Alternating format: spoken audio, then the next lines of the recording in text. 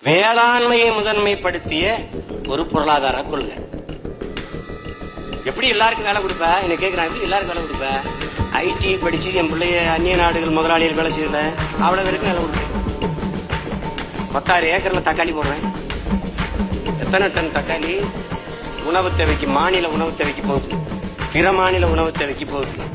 எத்தனை டன் தக்காளி ஊறுகாய்க்கு போகுது, எத்தனை பழக்கூழ் ஜாம் தயாரிக்க போகுது.